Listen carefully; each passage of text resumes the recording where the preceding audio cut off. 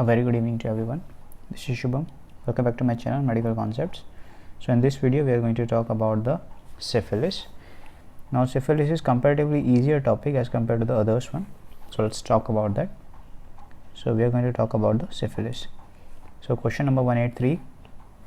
A 14-year-old patient diagnosed with the Hutchinson triad. So you already know the answer, I guess. Hutchinson triad is very famous one. Barrel shaped teeth, they already gave the findings. Otherwise, if they are not giving the findings, even then you should know the findings.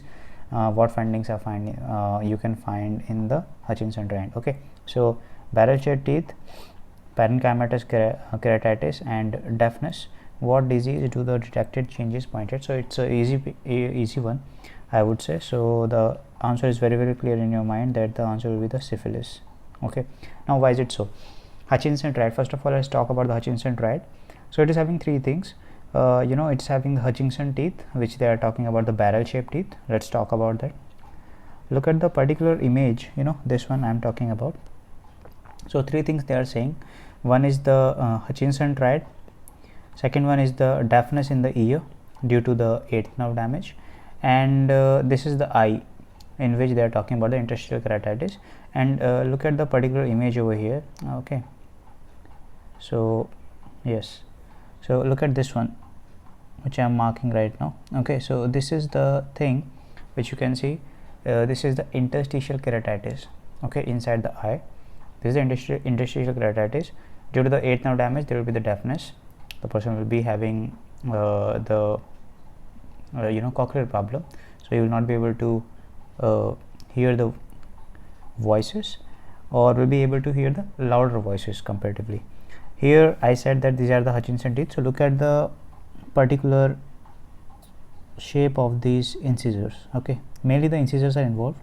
So look at the shape. Okay, this one, these kind of shape, if you are seeing in the patient, these are called as the Hutchinson teeth, which they are naming them as, yes, barrel shaped teeth. Okay, interstitial keratitis, they are saying that as parenchymatous keratitis, and deafness, that is the eighth nerve damage mainly, and that is seen in the late congenital syphilis. Okay, if they are mentioning about the types of the syphilis also in the options, so in that manner it can be little difficult for you guys to crack this one, because they have mentioned different options.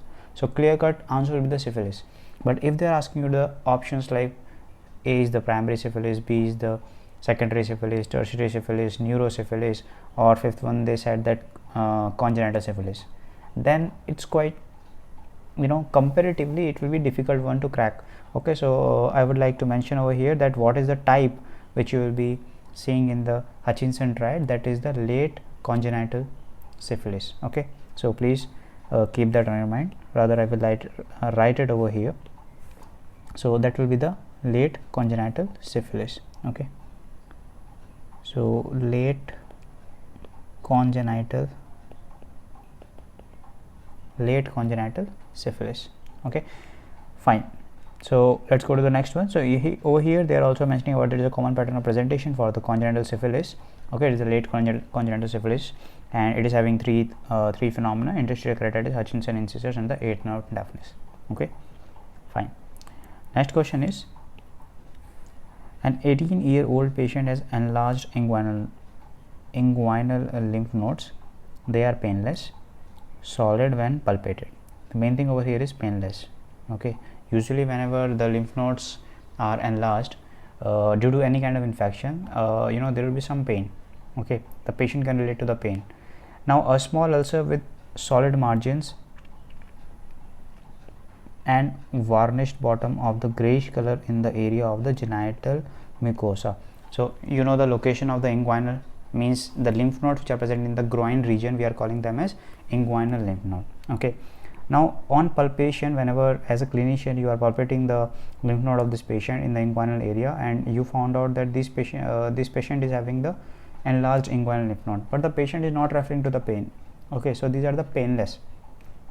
Now the diagnosis you have to make. Now the thing is, this is not due to bacteria, this is actually due to virus. Which one I am talking about? This is the Treponema pallidum. Okay, this is the Treponema pallidum, and this is actually a spirochete, I will say. It is having the helical kind of shape, or you can say this kind of shape will be seen over there. Okay, so this is the Treponema pallidum.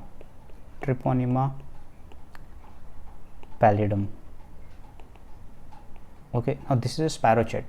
Now this one is causing the syphilis in the patient. Okay, so this one, if they are talking about the painless lymph nodes, that means they are talking about the syphilis. Now syphilis is having several types. For example, if I will be talking about the stages of the syphilis, it is having the primary syphilis, secondary syphilis, and the tertiary syphilis. In the primary syphilis, we are generally talking about the chancre formation. Now what is chancre? Chancre is actually a slightly elevated firm kind of papule, elevated reddened papule, which is coming out slightly from the skin or the mucous membrane sometimes, and it can be enlarged in few centimeters sometimes. Okay, in this case, what is happening? There is a formation of lymph nodes. There is a problem with the lymph nodes over here, and they are saying that some kind of lymph node, they are painless and enlarged. So over here, if they are talking about the painless enlargement of the lymph nodes, that means they are talking about which one? They are talking about the syphilis. Okay, so primary syphilis is there, in which chancre formation can be seen. In the secondary syphilis, there can be the disseminated forms, and with that there can be some kind of rashes, skin rash can be there. Along with that, fever can be there, anemia can be seen in the patient, and infiltration by the immune cells, lymphocyte, plasma cells, they will be infiltrating, macrophages, they will be infiltrating over there because of the inflammation part. Okay, so that is the thing. And after that, tertiary or late syphilis comes, okay, in which we see the formation of the gummas. Okay, gumma bodies or gummas formation. Okay, fine. So here answer is very, very clear, that is syphilis. Okay, because of Treponema pallidum causing the painless inguinal lymph node enlargement. Okay, not only inguinal, any other lymph nodes, if they are enlarging and they are painless, diagnosis signifies or suggests about the syphilis, right? 185. A painless ulcer, again they are talking about the painless ulcer. Ulcers are usually painful, isn't it? Lymph node enlargement, they are actually painful. Okay, but if they are painless, I'm not saying if it is painless, then definitely it will be the syphilis. It can be any other cause also, right? For an example, in SLE also there is a aphthous stomatitis, and in the if the ulcers are present in the mouth region or the oral cavity, they are usually painless. So many kind of differential diagnoses are seen, but one of them can signify about, or this, I will say that this is the suggestive of, not a definitive one, but a suggestive one. Okay, now you should rule out with the other ones also. With smooth varnished bottom, yes, smooth is one of the finding which is also seen in the syphilis one, and the margins of the cartilaginous consistency is observed on the mucous membrane of the right palatine tonsils. Microscopically, an inflammatory infiltrate, okay, consists of lymphocytes, plasmocytes, small amount of neutrophils and epithelioid cells, and the presence of endo and the perivascularitis. Now guys, if you are talking about the ulcer which is painless, along with that the smooth findings are there, smooth bottom are seen over there, along with that many kind of cytokines are present over there, isn't it? So that means they are talking about the syphilis now, definitely, because whenever there is an involvement of the macrophages, lymphocytes, and if they are talking about the end arteritis or endovasculitis, perivasculitis, then your diagnosis should be going towards the diagnosis of the syphilis. Okay, so here also they are talking about what? They are talking about the syphilis. Fine, so answer is syphilis, quite easy as well.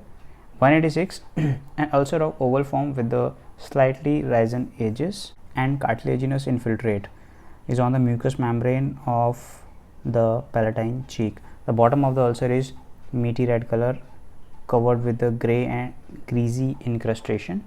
Microscopic examination detects lymphoplasmocytic actually infiltrate. Now again they are talking about the lymphoplasmocytic infiltrate, and around the small vessels they are talking about endothelium proliferation detected. Okay, so what disease do these signs indicate over here? Okay, so again ulcer of oval form, this is actually slightly risen edges, okay, and lymphoplasmocytic infiltration was seen, meaty red color, over there. So they are talking about the syphilis. Okay, now there can be things, it can be primary syphilis or it can be secondary syphilis, but most usually it has been seen whenever they are talking about the form, papule, or the ulcer, then it is it means they are talking about the chancre. It means they are talking about the chancre, and chancre formation, as I told you earlier, chancre formation is seen in the primary syphilis. Okay, so that means which kind of syphilis they are talking about? They are talking about the primary syphilis over here. Okay, so if they are mentioning about the types, then your answer will be the primary syphilis. Okay, if they are talking about any kind of ulcer that is elevated and that is formed reddened papule, okay, slightly larger in size, I would say in centimeters, okay, several centimeters can be there, so that is the formation of chancre. Along with that, lymphadenitis, lymphangitis, perivasculitis, okay, these kind of terms they can mention. Okay, for example, they mentioned about the endothelial proliferation. In the last one they mentioned about the endo and perivasculitis, that is also the primary syphilis chancre formation. Okay, let's move on to the next question. 187. A microscope examination of the biopsy taken from the oral cavity, okay, has shown focuses of caseous necrosis surrounded by the plasmocytes, epithelioid and the lymphoid cells, occasionally by the giant or multinuclear Pirogov-Langan cells. Now guys, you should be very careful while reading the questions in the exam. Now if I will be talking about this question till here, till the Langan cells, then your answer will be the tuberculosis, no doubt about that, TB. Okay, I told you in the earlier video, if you haven't watched that video, please watch that video first about the tuberculosis. There I told you about the tubercular granuloma. Remember, in the tubercular granuloma, I told you that we are having the granuloma formation, in which in the center we are having the caseous necrosis present over there, and which is surrounded by the epithelioid cells, lymphocytes, okay, and the Pirogov-Langan cells. There I told you about the tubercular granuloma. So your answer till here, your answer will be the tubercular granuloma or the tuberculosis. But now the story changes when they mentioned about the small vessel with the signs of endo and the perivasculitis. That's it. They change the story, they change the whole question by mentioning about these two things, endo and the perivasculitis. It means they are talking about what? They are talking about the chancre formation, and over here particularly we call that as, because they are talking about the granuloma in the oral cavity, we are calling that as primary syphilitic complex. Okay, what we are calling that? We are calling that as primary syphilitic complex. Okay, so while reading the question, you should be very careful if they are talking about the Pirogov-Langan cells, and in that one, whether they are mentioning about the endo or perivasculitis or some kind of lymphangitis or some kind of endarteritis in the question, then that can go towards the primary syphilitic complex diagnosis. Okay, and that will be seen in the syphilis obviously. So if they will not mention about these two lines, small vessels with the signs of endo and perivasculitis, then your answer will be the tubercular granuloma. Okay, but because of that endo and perivasculitis, your answer changed to primary syphilitic complex chancre formation, which is seen in the primary syphilis. Okay, so your answer will be the syphilis. Which syphilis I am talking about? I am talking about the primary one. Okay, so read the question very carefully in the exam. Next question is 188. Around formation 0.5 cm in diameter was detected in the hepatic tissue. Microscopically, it has the following structure. Necrotic masses in the center were surrounded by the granulation tissue with the plasma and the lymphoid cells, and blood vessels have signs of vasculitis. Again and again, whenever they are talking about the granuloma, they are mentioning about the blood vessel signs, they are mentioning about the vasculitis. Okay, they want to confuse you in the initial lines, but meanwhile they are mentioning about, in the middle one they are mentioning about the vasculitis, so that changed the story of the question. Okay, so over here also they are talking about the syphilis. Okay, because they are talking about the blood vessels involvement over here, lymphadenitis, lymphangitis, perivasculitis, these kind of terms if they are mentioning, they are talking about the syphilis. So what disease we diagnose on the basis of this microscopic examination? Okay, so they are talking about the syphilis.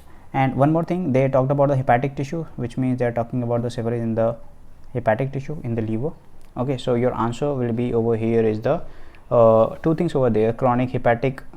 Okay, many things are there actually. Liver carcinoma, it can't be, because in the liver carcinoma there will be the increased alpha fetoprotein. okay, in the liver carcinoma, in case they are asking you about that. Solitary hepatic gumma, yeah, and leproma, adenoma, abscess, they are the different options. Gumma bodies, I told you, are seen in where? Gumma bodies are seen in where? Tertiary syphilis. Yes, they are seen in the tertiary or late syphilis. So over here your answer will be gumma bodies. So that is the solitary hepatic gumma. Okay, where you will be finding them? You will be finding them in the tertiary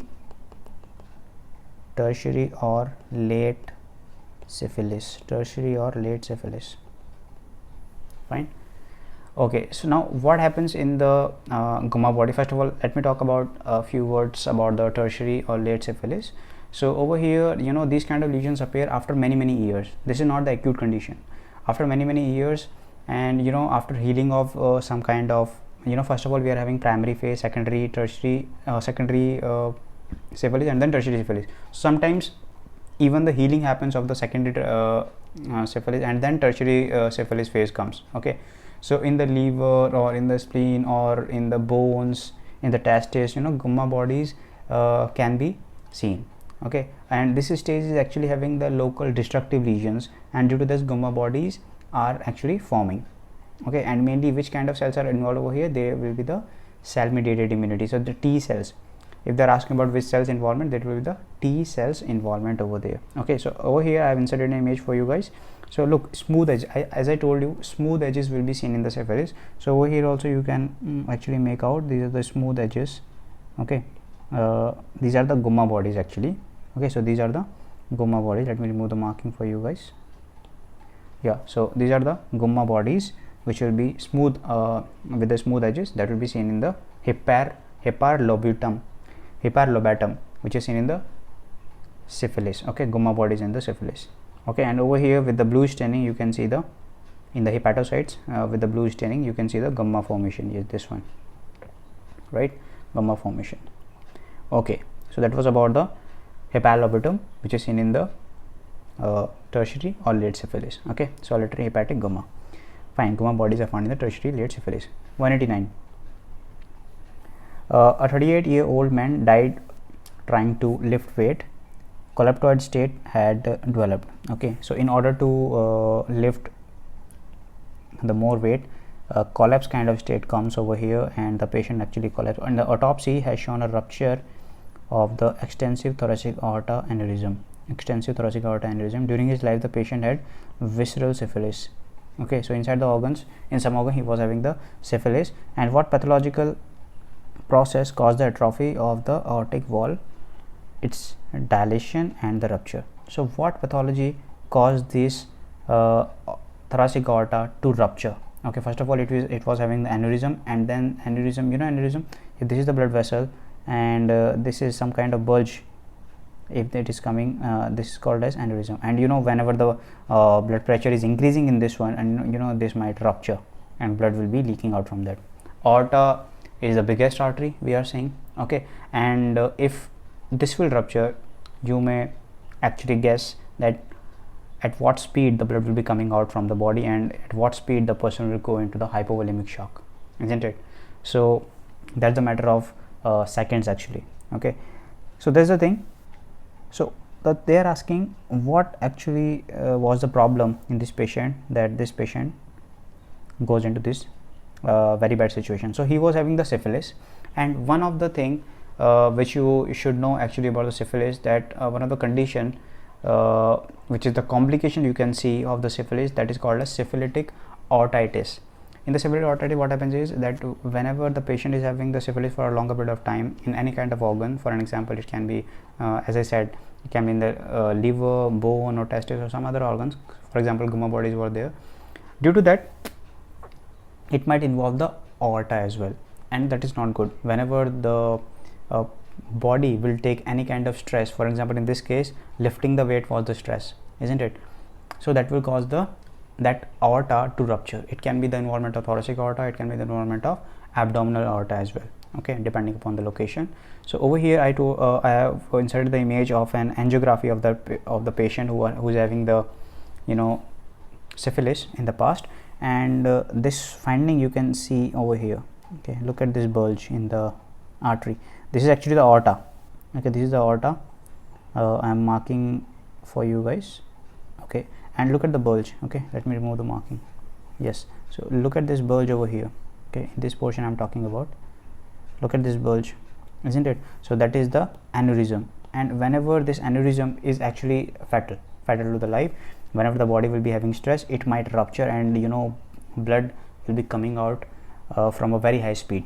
Okay, and the patient might fall into the hypovolemic shock situation, and a person may lose the life, right? So that is the case. So in this syphilitic aortitis, what happens is that there is the infiltration of the lymphocytes and the plasma cells, which actually begins around the vasa vasorum, in this vessel mainly, and it will extend. In the blood vessel we are having the layers. In the histology of the blood vessel, you will be seeing that we are having the tunica externa, tunica media, and the tunica interna, isn't it? So it starts from the tunica intima, and it actually extends itself into the tunica media, and due to that there is a formation of the aneurysm, and that aneurysm might rupture sometimes. Okay, so that is the case sometimes, which can be seen over there.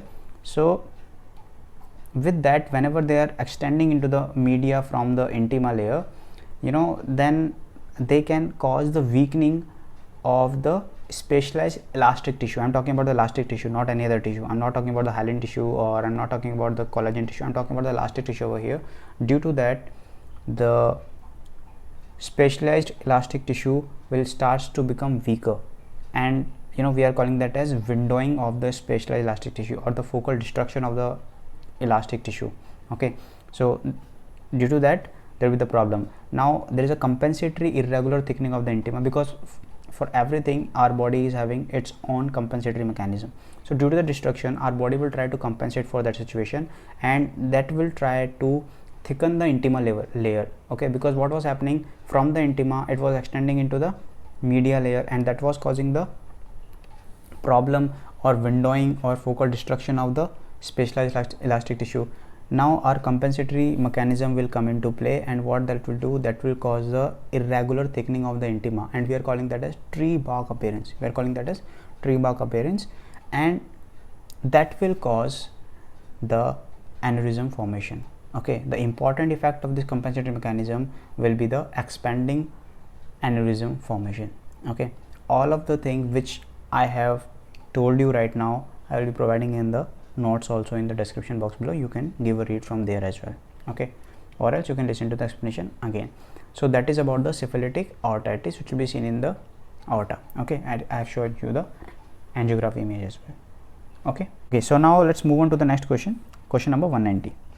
So here they are saying that a microscopic examination of the biopsy material taken from the liver has shown granulomas. Now again they are talking about the liver, so that can be the hepatic, right, hepatolobatum.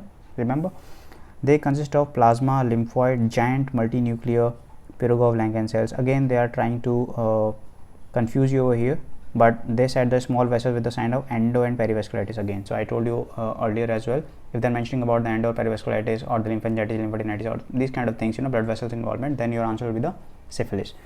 Focus of caseous necrosis are also treated. You know that caseous necrosis can be seen in the tubercular granuloma as well, or tuberculosis as well. Tuberculosis is given in the option as well. Okay, so here you don't need to confuse yourself, just look at the blood vessels finding. If they are present, then syphilis. If not present, then tubercular granuloma or the tuberculosis. Okay, so quite clear. Our answer will be the, yes, very clear, that will be the syphilis. Okay, with syphilis, that will be the chancre formation. This is the primary syphilis, isn't it? That will be the primary syphilis. Okay, fine. So that was about the discussion of the syphilis. Okay, I hope you enjoyed the discussion. If you did, please hit the like button. Make sure you subscribe the channel.